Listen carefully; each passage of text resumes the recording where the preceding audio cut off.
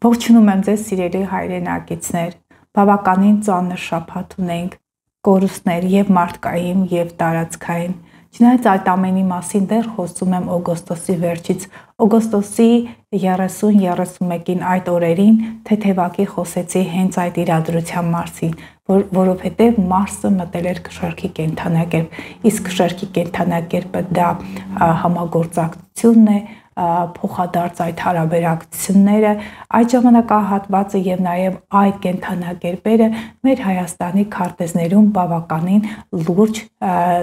դիրքավորումներ էին վերցնում, սկսած հենց Մարսից եւ մեր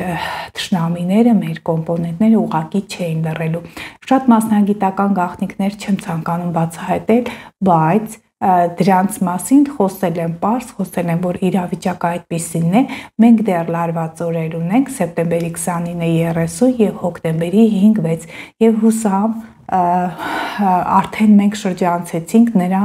նրանք իրենց ավարը եւս մեկ անգամ ստացան, այդպես կարող եմ ասել, միգուցե բավարարվեն եւ մենք կրկին փաստի առաջ չկանգնենք, բայց իմացեք, որ թուրքը երբեք չի քնում, նա քնածային միշտ կարող է գլխատել, ուստի ուշադիր պետք է լինենք, դեռ լարվածությունը կա, բայց խղճիս սրտիս մի կողմով կարծում եմ, որ մենք կկարողանանք դուրս գալ եւ դիմակայել եւ հնարավոր է, որ լուրջ խնդիրներ չլինեն սիրելի հայրենակիցներ։ Եվ ինչն է հետաքրքիր, որ արդեն քաղաքական որոշ քաղաքական վերլուծաբանների, քաղաքական գործիչների խոսույթներում նշվարվում է այսպիսի մի հետաքրքրություն, որ այդ օրերը կարծես սիմվոլիկ էին ընտրված, այո, սիրելի հայրենակիցներ, մեր անկախության օրը ուղղակի նրանք ստիպված ստորագրել տվեցին կապիտուլյացիայի այդ թուղթը, Արցախի անկախության օրը նրանք հարձակում կազմակերպեցին, արդեն շատերը հասկանում են, որ որոշակի փոխհարաբերակցություն կա այդ իրադրությունների մեջ եւ սիմվոլների լեզուն իրոք աշխատում է։ Չնայած նաեւ շատ գերագնահատել աստղաբանության այսպես դերակատարումը, այո, այն շատ կարևոր է, բայց ես կարծում եմ, որ այն օժանդակող օգնող գործիք է եւ ոչ միայն աստղաբանության օգնությանն են դիմում մեր հակառակորդները, այլև տարբեր եւ հոգեվոր ուժերի եւ հոգեվոր արժեքների, երբ որ նրանք 20 թվականին կազմակերպել էին այդ դաժան պատերազմը, հարձակումը, նրանց մոտ ուղղակի եղել է, նրանք հրավիրել են ռուսական հայտնի շոուներից այդ էքստրասենսերին, լավագույն էքստրասենսերին եւ նշում են տարբեր հարթակներում, որ նրանց հոգեվոր առաջնորդը Մոլան շատ մեծ շատ հզոր աղոթք էր կազմակերպել շամանները, ինչու՞ չէ, նաև նրանք իրենց գործողություն են արել եւ այդպես ամբողջ բոլոր եւ նաև հիբրիդային պատերազմ էին մղում մեր դեմ։ Դրա մասին էլ քիչ հետո կխոսեմ։ Այսպիսի բարդ իրավիճակ էր եւ նրանք ինչն էր հետաքրքիր, որ տարբեր օրեր կան, բայց հորաման քայլի էին դիմել նրանք եւ Լուսինե Կարիճում այդ ամենը կազմակերպեցին, երբ որ ես համախոհներից հետ խոսում էի, նրանք հարցեցին, ինչու երբ որ Լուսինե Կարիճում է, ահա Կարիճի նշան դու գիտեք, մահվան նշան է, զանգվածային այդ մահն է, եթե Յուպիտերի հետ այս բարդ դիրքավորում ենք դիտարկում Ուրանը, դրանք օդուժի միջոցով է, ԱԹՍ-ներ, ինքնաթիռներ, Ուրանի այդ բոլոր գործառույթները այստեղ նրանք իրականացնում էին, իրագործում էին, հարցեց ինչու միայն մեզ համար են բարդ օրեր, ընդհանուր օրը բարդ էր տիեզերքում կորուստների համար, մարդկային կորուստների համար, բայց չենք մոռանում, որ մենք նաև մարդկային կորուստների հետ ունեցանք նաև տարածքային կորուստներ, իսկ մեր հակառակորդների համար մարդկային կորուստները կարծես մարդը այնտեղ կարծես թե արժեք չի ներկայացնում, որքանով որ հասկանում ենք տարբեր լրատվամիջոցներից այնտեղ դիկտատուրա է տիրում եւ նրանց առաջնագծում հիմնականում կռվում են հատուկ ջոկատայինները կամ այնտեղ նշվում է, որ ադրբեջանցիներ շատ քիչ են կռվում, ազգային փոքրամասնություններն են, նրանք կարծես տանում այդ մսաղացի դիմաց, իսկ ինչ շահեցին նրանք, ճիշտ է, մարդկային կորուստներ ունեին Լուսինե Կարիճում, բայց նրանք շահեցին տարածքային այդ մեծ նվաճեցին այդ տարածքը։ Դիտեք նախորդ հաղորդումները հստակ ես այնտեղ նշում եմ, ցույց եմ տալիս, թե ինչպես տեղի ունեցավ այդ ամենը։ Այո, Ադրբեջանի եւ Ռուսաստանի քարտեզները բավականին համահունչ են եւ դրա մասին մանրամասն ես խոսել եմ սեպտեմբերի սկզբին Արեգ TV-ի հաղորդաշարի ընթացքում, կարող եք կրկին լսել կամ ուշադիր իհարկե, իսկ ովքեր չեն տեսել այդ հաղորդումը, խորհուրդ եմ տալիս դիտել, որովհետև մանրամասն այնտեղ ներկայացնում են իրավիճակը։ Այս պահին սիրելի հայրենակիցներ համընկնում են Ադրբեջանի, Ռուսաստանի շահերը եւ իհարկե այնտեղ նաեւ Արցախի, չգիտեմ ասեմ ներքին թե ներկա կառավարող ուժերը, նրանց մոտ այդ ղեկավարող համակարգը անմիջականորեն ենթարկվում է Ռուսաստանի ազդեցությանը, այդպես ըստ աստղաբանական հաշվարկների, սիրելի հայրենակիցներ։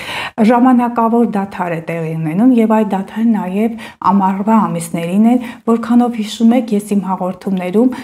մոտակա 1-2 ամսում լռում եմ, ոչինչ չէի խոսում մոտալուտ վտանգի մասին, իհարկե դրա մասին հստակ խոսել եմ օգոստոսի 30-31-ից սկսած։ Եվ ահա այս լռությունը կարծես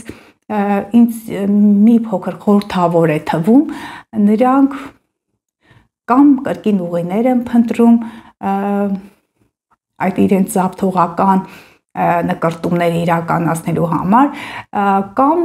փորձում են ալտերնատիվ ճանապարհներով բանակցությունների միջոցով իրենց ցանկալի արդյունքին հասնել։ Բանակցությունների այս պահին չեն գնալու կամ հնարավոր է տապալվեն այդ բանակցությունները կամ ուղղակի որոշակի խոսակցություններ կլինեն, բայց ելնելով մոլորակային դիրքավորումներից, խավարումներն են, այո, այդ դիրքավորումները մոտալուտ կարևորագույն տիեզերական կոնֆիգուրացիան իրադարձությունը դա խավարումն է, որը տեղի է ունենալու Արեգակի խավարումը հոկտեմբերի 14-ին։ Ահա, դիտարկենք այդ խավարումը, օղակաձև խավարում է լինելու։ Ահա, տեսնում ենք այստեղ արև լուսին հանգույցները իջնող հանգույցի մոտ եւ շատ հավանական է որոշ չափով որոշեն, որ այդ բանակցությունները ընթանալու են, բայց քանի որ բարձրացող հանգույցը գտնվում է Խոյում, ես այս պահին գտնվում եմ Ադրբեջանի մեր թշնամիների այդ դաշտում, շատ հավանական է, որ նրանք դեռ փոխզիջումների չգնան եւ իրենց զավթողական այդ քաղաքականությունը կամ այդ իրենց ախորժակը դեռևս հնարավոր է շարունակվի։ Սիրելի հայրենակիցներ, նախորդ հաղորդումում խոսել եմ նաև Հայաստանի մասին։ Մենք ամսի 23-ը սեպտեմբերի 23 1991 թվականին, երբ արդեն ընտրությունների արդյունքում Հայաստանը հռչակվեց որպես հանրապետություն, եւ այդ քարտեզում ես հետաքրքիր այսպես պարզաբանումներ բացահայտումներ արեցի, որ նախորդ 30 տարիներին մենք բանակցել ենք, այն ժամանակ պրոգրեսիվ Արեգակը գտնվել է կշեռքի կենդանակերպում եւ մոտավորապես արդեն 22 թվականից այն գտնվում է Կարիճի կենդանակերպում, նշել է, որ մոտավոր 30 տարի պետք է պայքարենք, մեր հետևորդների շրջանակներում մեծ խոճապեր առաջացել, արդյոք մենք կկորցնենք հայրենիքը, արդյոք որտեղ արևը Կարիճի նշանում ահվան վերածննդի կորստի նշան, բայց դա չի նշանակում, որ մենք չպիտի մաքարենք, պայքարենք, այո, մենք հնարավոր է մաքարենք, պայքարենք, մոտակա 30 տարին այդպիսի տենդենսներ են նկատվում եւ հնարավոր է մաքարման եւ պայքարի արդյունքում մենք կարողանանք մենք մեր ուրույն դերն ու տեղը գտնենք այս տարածաշրջանում։ Այս պահին այսպես է եւ դա նաեւ Սատուրնի դիպուկով է 91 թվականին այն գտնվում էր այդտեղ ջուրի կենդանակերպ եւ յուրաքանչյուր 30-20-30 տարի մեկ Սատուրնը ողջ տիեզերքում պտտվում եւ գալիս է նույն կենդանակերպում կանգնում, նա կարծես ռուսերեն մենք նշում ենք обновление, перезагрузка, այո, վերագործարկում է գնում։ Փաստորեն երկու քարտեզներում էլ եւ երկու կանխատեսման մեթոդներում էլ նույն իրավիճակն է։ Մենք ուղղակի մոտակա 30 տարին պետք է կարողանանք պինդ պահել մեր հայրենիքը, մաքարենք, իսկ դրանից հետո երբ որ պրոգրեսիվ Արեգակը մուտք կգործի աղեղնավորի կենդանակերպ, այն ավելի բարեդրացիական, բարի, այսպես էքսպանսիվ նշանում է գտնվելու եւ հնարավոր է մեր սահմանները բացվեն եւ հնարավոր է ժողովուրդը ավելի բարեկեցիկ կյանքով ապրի, բայց դեռ մենք պետք է հասնենք այդ ժամանակահատվածին եւ միշտ էլ նշել եմ, որ մենք 24 թվականի գարնանը, երբ որ Ուրան եւ Յուպիտեր մոլորակները միրանան իրար եւ նաեւ մենք ունենք Սատուրն մոլորակի դրական դիրքավորումը, մենք ունենք դրական ասպեկտներ, կարող ենք մեր բանակը համալրել, միշտ ասում եմ, արհեստավար զինվորներով, այնտեղ ռեֆորմներ կարող ենք անել, Ուրանը նաև ռեֆորմներն է, մենք մեր բանակը կարող ենք վերազինել նորագույն տեխնոլոգիաներով հագեցած այդ զինամթերքով։ Ահա մոտավոր այդ ժամկետն է, երբ որ մենք դիտարկում ենք, դա մարտից հետո ապրիլ, մայիս, հունիս ամսում, մայիսի 25-ի մոտակայքում արդեն Յուպիտերը ցուլի կենդանակերպը լքելու է, անցնելու երկորյակի կենդանակերպ, այն անցնում է լրատվության բաժին, ինֆորմացիայի տարածման է նպաստելու, իսկ այդ ժամանակահատվածը մենք տենում ենք այդ դրական դիրքերը ուղղակի Հայաստանի քարտեզում է լինելու, կարող ենք ուղղակի մեզ պաշտպանել եւ նաեւ դիրքային առավելություններ, չգիտեմ որքանով իրատեսական է այդ ամենը, որտեղ մենք աստղաբանությունը նաեւ պետք է համադրենք իրական այս իրադրությունների հետ եւ շատերն են դիմում վախեցած, ահա զանգում են, որ ձեր հարթակում, այս հարթակում տարբեր կարծիքներ են հնչում, այսպես սարսափազդու, այդպես էլ կարող եմ նշել, մարդիկ ուղղակի վախվորած, որ շուտով արդեն թուրքերը կարող են գալ հասնել Երևան։ Եթե դուք ձեզ ինքներդ վատ եք զգում այդ մարդկանց լսելիս, ուղղակի կարող եք վերջ տալ, հա, YouTube-յան հարթակը կամ տեղեկատվական հարթակը, երբ որ այդ նյութերը բերում են ձեզ, դուք կարող եք նրանց չլսել, ես ձեզ կարող եմ օգնել դրանով։ Իսկ եթե լսում եք, չգիտեմ, կարծիքները տարբեր են, եւ սիրելի հայրենակիցներ, ամեն ինչ կարող են խոսել, բոլորին կարող են մեղադրել այդ հարցում, դուք արդեն ձեր իրավունքն է հավատաք, թե չհավատաք, եւ հենց մեր հաղորդման երկրորդ մասում ես ուզում եմ անդրադառնալ այդ պատերազմների, հիբրիդային պատերազմի մասին, որոշակի տեղեկատվություն ձեզ տրամադրեմ, որտեղ մենք հենց այս պահին գտնվում ենք այդ հիբրիդային պատերազմի կիզակետում, եւ դրա պարզ դրսևորումներից է նաեւ որը մեծ ազդեցություն ունեցավ հասարակության հարության վրա, այդ սեպտեմբերին տեղի ունեցած ընտրություններն էին, որի արդյունքում մեր հայրենակիցները ուղղակի շատ քիչ քանակով ներկայացան ընտրություններին։ Այո, այդ հիբրիդային պատերազմի միջոցով մարդկանց մեջ սերմանվեց ատելություն, մեկը մյուսի նկատմամբ, պառակտում, եւ այս հարթակում հենց տեղեկատվություն տվող անձինք էլ նպաստում են դրան, նրանք պառակտում են մարդկանց, թունավորում են նրանց կյանքը եւ այդ ահազանգերը ուղղակի մարդկանց կարող են հասցնել հոգեկան տարբեր խնդիրների։ Մի դիտեք այդպիսի մարդկանց, եթե նրանց ճշմարտացիության այդ շեմը ես չգիտեմ ինչով կարելի է ստուգել, անպագոր գոռալով, խոսելով, մարդկանց վախեցնելով, ոչ մի հաջողությունների ուղղակի չեն հասնի, սա տեղեկատվական տերոր է։ Դրան նաև նպաստում են մեր թշնամիները, հայկական անուններով, նրանց հաշիվներով մուտք են գործում մեր հարթակ եւ տարբեր միջոցներով փորձում են խարխլել մեր պետականությունը։ Եւ հենց հիբրիդային պատերազմի այսպես տեսակներից մեկը դա տեղեկատվական պատերազմն է, նրանք այդ միջոցով ուղղակի կարող են ճապ առաջացնել առաջնագծում եւ սուտ ինֆորմացիայի միջոցով կարող են ուղղակի ազդել պատերազմի այդ ուղղության վրա եւ այդ ձևով էլ նրանք հիմնական մոտակա այս մոտ ժամանակահատվածներում արդեն մոտ 1 տասնյակ է այդ ձևով էլ ընթանում են բոլոր պատերազմները եւ հաղթանակին հիմնականում եթե նրանք դաշտում հաղթում են դրան նախորդված է լինում ուղղակի հիբրիդային տեղեկատվական հաղթանակը ուստի մի տրվեք տարբեր այդ սադրանքներին այն մարդկանց որոնք սուտ լրատվություն են տարածում եւ այդպիսի մի իրավիճակ նաեւ մեզ մոտ էր այս հարթակում եւ ես արդեն մոտավորապես 20 թվականից աշխատում եմ YouTube այդ հարթակում, իսկ 13 թվականից, ինչպես գիտեք, ես գործունեություն եմ ծավալում սոցիալական կայքերից Facebook-յան այդ դաշտում, այդ հարթակում ակտիվ եմ եղել, միշտ կանխատեսումներ եմ կատարել։ Աստղաբանությունը իր ուրույն տեղն ունի YouTube-յան հարթակում, որոշակի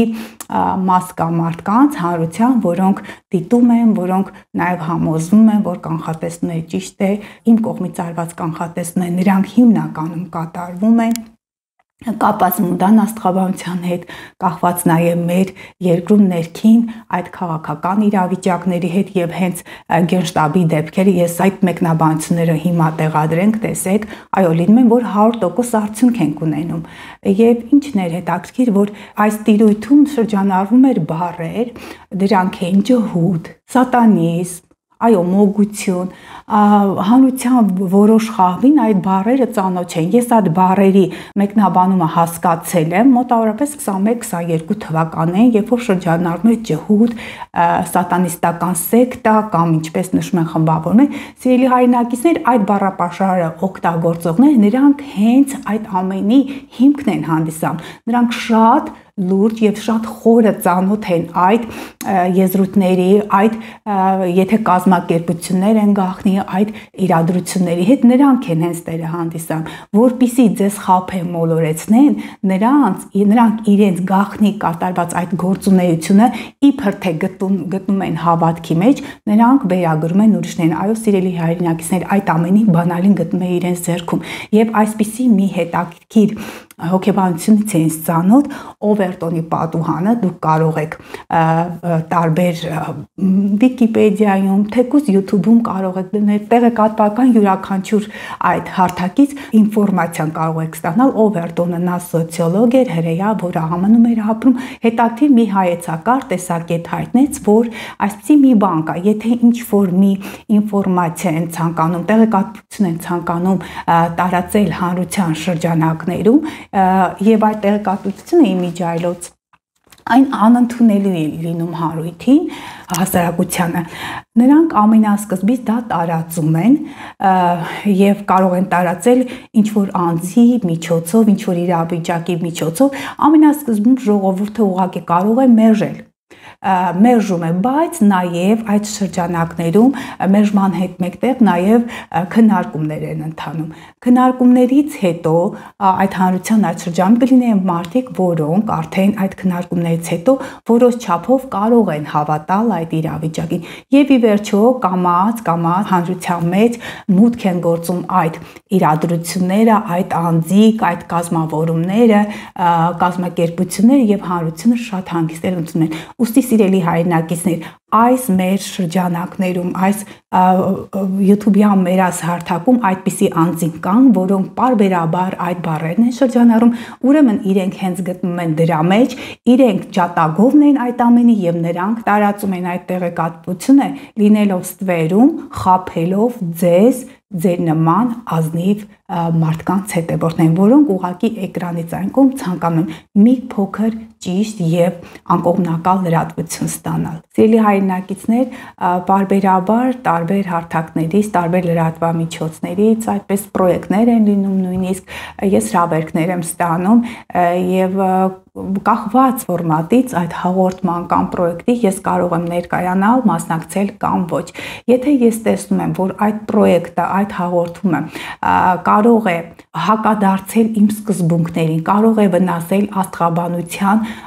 այդ վարկանիշին, սիրելիներս, միանշանակ ես հրաժարվում եմ, շատ կոռեկտ, շատ համեստ, ես այնտեղ ուղղակի ներկայացնում եմ, որ կներեք, դա իմ տիրույթը չի, ես այդ ֆորմատում չեմ կարող ներկայանալ եւ գործունեություն ծավալել։ Չնայած շատ մեծ հաճույքով նմանատիպ այս հաղորդումներում, հենց այս աստղաբանության ոլորտում, որտեղ որ ես ներկա եմ լինում, այդպիսի հաղորդումներում մեծ հաճույքով ներկայանում եմ, բայց եթե ես զգում եմ, որ աստղաբանության հիմքերը խարխրվում են, որ մարդիկ կարող են այլ տեսանկյունից նայել աստղաբանությանը, միանշանակ ես հրաժարվում եմ, ինչպես աստղաբանությունը համադրում եմ մոգության հետ, այսպես համահունչ տանելով, կարծես նրանք մի այսպես ալիքով են գնում, մի հոսանքով, ոչ սիրելիներս, աստղաբանությունը մոգության հետ ընդհանրապես կապ չունի։ Զգույշ եղեք այդպիսի մարդկանցից, թե որքան են զանգում ինձ բողոքում, թե որքան մեծ գումարներ են վատնել եւ ոչինչ էլ չի եղել, այ ապացույցը դա է։ Ես խորհուրդ եմ տալիս ձեզ, զգույշ եղեք այն մարդկանցից, որոնք իրենց խոսքում, իրենց ասույթում ուղղակի մեր ազգի մեջ պառակտում եւ շանտաժ են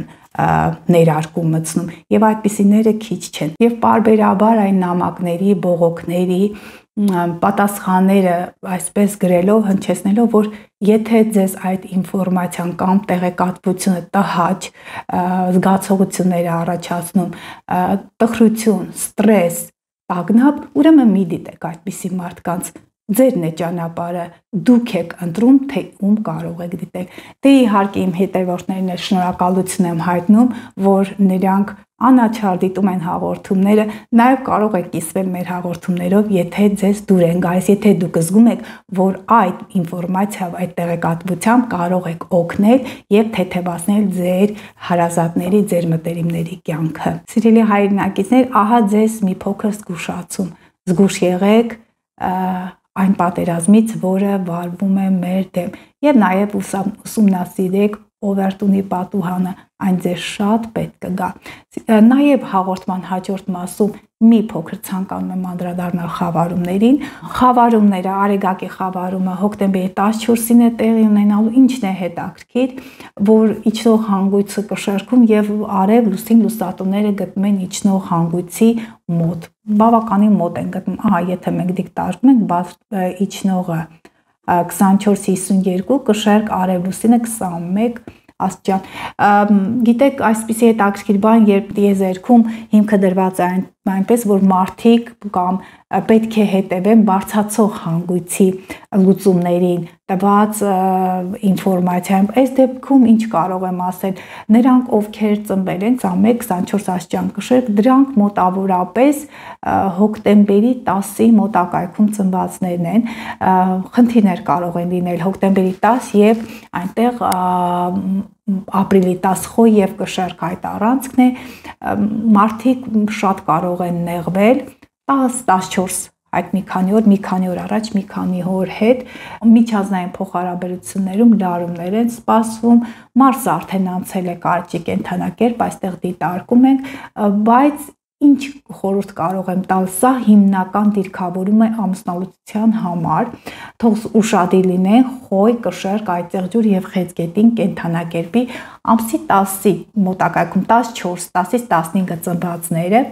նրանք խնդիրներ կարող են ունենալ, իհարկե այդ խնդիրները կախված են նրանց կյանքի ոլորտներից, անհատական քարտեզները պետք է ուսումնասիրվեն, որ հասկանան, թե որ ոլորտում ավելի շատ վնասներ կլինեն կամ խնդիրներ, որոնք ուղղակի հրատապ լուծում կպահանջեն, ինչի եմ ասում հրատապ լուծում, որտեղ բարձրացող հանգույցը խոյում է։ Պետք է ավելի, եթե ասեմ խոհեն պետք է լինեն կամ փոխհարաբերությունները շտկեն, դա չի ստացվելու, բայց խորհուրդ էլ չեմ տա, որպեսզի նրանք ամուսնալուծվեն, այո, ամուսնալուծության դիրքավորում է սա։ Եվ ինչ կարող են անել, նրանք ուղղակի պետք է հույսները իրենց վրա դնեն։ Նրանք առողջ էգոիզմը նրանց մոտ պետք է զարգանա, մի քիչ ավելի կան այնպիսիները, որոնք ուղղակի իրավիճակը թողել են հոսանք, ինչ է սիրելի հայրենակիցներ, եթե կոնֆլիկտ կա, այդ ղեկը վերցնում եք ձեր ձեռքը, մյուս առանցքը դա կշեռնի եւ փորձում եք հավասարակշռելով այդ իրավիճակը կամ քննարկումների տարաբնույթ այս իրավիճակների քննարկման արդյունքում ուղղակի հաղթահարել այդ բարդ իրադրությունը։ Կոնֆլիկտներ կլինեն, բայց լուծումները, մի քանի տեսակ լուծումները իհարկե ակնհայտ կերևան տվյալ իրադրություններում։ Սիրելի հայրենակիցներ, կարևոր մոլորակային դիրքավորումների, նաև կոնֆիգուրացիաների մասին եւ խավարումները թե ինչպես են ազդելու յուրաքանչյուր կենդանակերպի վրա, դրանց մասին կխոսեմ հաջորդ հաղորդման ընթացքում, դե ուշադիր եղեք սիրելի հայրենակիցներ, արդեն շուտով Վեներան անցնում է առյուծի կենդանակերպից դեպի կույս, սև լուսինել հոկտեմբերի այդ առաջին 10-օրյակն է, առյուծի կենդանակերպից կրկին կույսի կենդանակերպ, թող զգուշ լինեն առյուծի կենդանակերպի վերջին օրերի ծնվածները, դրանք մոտավորապես օգոստոսի 20-ի ծնվածներն են, գայթակղություններից, պարզաբանումներից հնարավոր է գաղտնիքներ բացահայտեն սիրային գործերի, երեխաների կամ այնտեղ եթե առյուծի կենդանակերպն ենք դիտարկում, իրենց բիզնեսում հնարավոր է չարաշահումներ լինեն, կամ նրանք, ովքեր սիրային հարաբերություններ էին ունեցել, գաղտնի կամ անհեթեթ հարաբերություններ, որոնք ուղղակի այսպես եղել եւ դուրս է մղվել ձեր կյանքից, կարող է ձեզ զանգահարել ձեր զուգընկերը եւ ասել, որ սպասում է երեխային։ Այո, զգուշ եղեք, այդ գայթակղությունները դեռ ակտիվ են մինչ հոկտեմբերի սկիզբ։ Այսքանը սիրելի հայրենակիցներ, եթե հավանում եք մեր հաղորդումները, կարող եք բաժանորդագրվել մեր ալիքին։ Դե իհարկե մի մոռացեք սեղմեք զանգակի վրա, որ հերթական անգամ ձեզ հուշում գա, որ ամեն 5 շաբթի ժամը 21-ի մոտակայքում սկսում է մեր հաղորդումը։ Եվ եթե ցանկանում եք, կրկին նշում եմ, կարող եք ուղղակի կիսվել մեր հաղորդումներով։ Այսքանը սիրելի հայրենակիցներ, մաղթում եմ ձեզ հանգիստ հանգստյան օրեր։